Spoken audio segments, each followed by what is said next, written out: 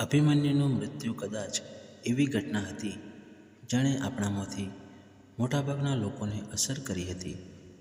જેઓ બધા ટેલિવિઝન પર મહાભારત જોઈને મોટા થયા હતા, અભિમન્યુનો જન્મ અર્જુન અને સુભદ્રાને થયો હતો અને તે ભગવાન કૃષ્ણના ભત્રીજા હતા. કુરુક્ષેત્રના યુદ્ધમાં નાની ઉંમરે તેમના મૃત્યુ સમયે તેમણે મત્સ્ય રાજ્યની રાજકુમારી ઉત્તરા સાથે લગ્ન કર્યા હતા. કૃષ્ણે અભિમન્યુને કેમ મરવા દીધો? અર્જુનના માર્ગદર્શક મિત્ર અને માર્ગદર્શક તરીકે ચોક્કસપણે ભગવાન કૃષ્ણ અભિમન્યુને બચાવવામાં મદદ કરી શકે. હા, તે કરી શકે, પરંતુ તેણે ન કર્યું. એવું કહેવાય છે કે અભિમન્યુ ચંદ્રદેવના પુત્ર વર્ચસનો પુનર્જન્મ હતો.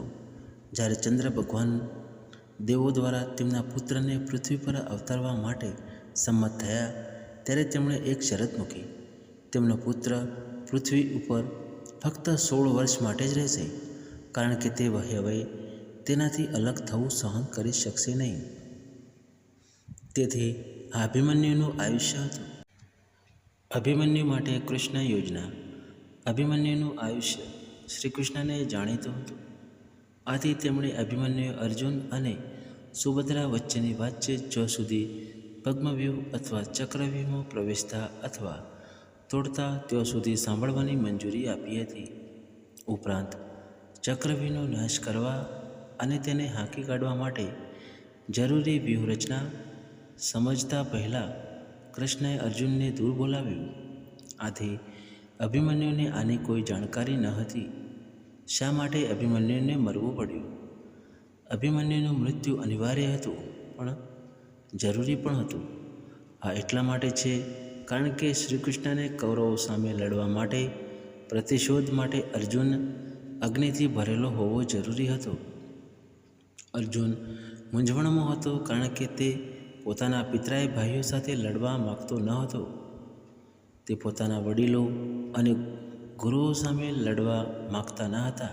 તેથી આ શ્રીકૃષ્ણનો માસ્ટર પ્લાન હતો.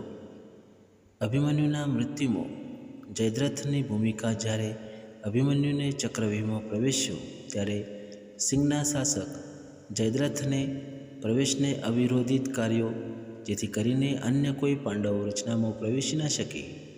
અગાઉ પાંડવો દ્વારા તેમનું અપમાન થયું હતું. તેણે કઠોર તપસ્યા કરી અને શિવનું વરદાન માગ્યું, જેના કારણે તે કોઈ પણ સૈન્યને એકલા હાથે રોકી શકે. પરંતુ માત્ર અર્જુન અને કૃષ્ણ વિના.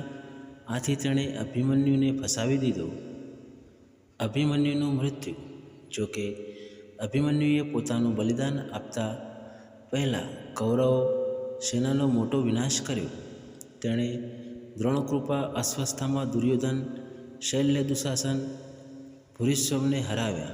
તેણે દુર્યોધનના પુત્ર લક્ષ્મણ, શૈલ્યના પુત્ર રૂકમરથ, કૃતવર્માના પુત્ર માતૃકાવટ અને બીજા ઘણાને પણ મારી નાખ્યા. હવે માત્ર કર્ણ જ અભિમન્યુને પરાજિત કરી શક્યો. જોકે તે યુવાન યોદ્ધાને શસ્ત્રો, ધનુષ્ય અને તીરથી વંચિત કરીને આમ કરી શકે છે. અંતે અભિમન્યુની નિર્દયતાથી હત્યા કરવામાં આવી. મહાભારત યુદ્ધની નિર્ણાયક ક્ષણ. પાંડવોની તરફેણમાં પોતાના પુત્રના ક્રૂર મૃત્યુથી ક્રોધિત થઈને અર્જુને તેના સ્વર્ગીય બાણથી જયદ્રથને મારી નાખ્યો. યોજના મુજબ શ્રી કૃષ્ણ જાણતા હતા કે અભિમન્યુનું મૃત્યુ યુદ્ધમાં એક વળાંક તરીકે કામ કરશે અને તે પાંડવોની તરફેણમાં હશે.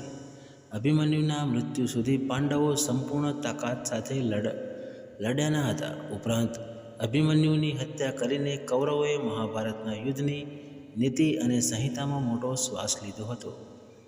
મિત્રો, કહાની સારી લાગી હોય તો ચેનલને સબસ્ક્રાઈબ જરૂરથી કરજો. ધન્યવાદ. આપનો દિવસ શુભ રહે.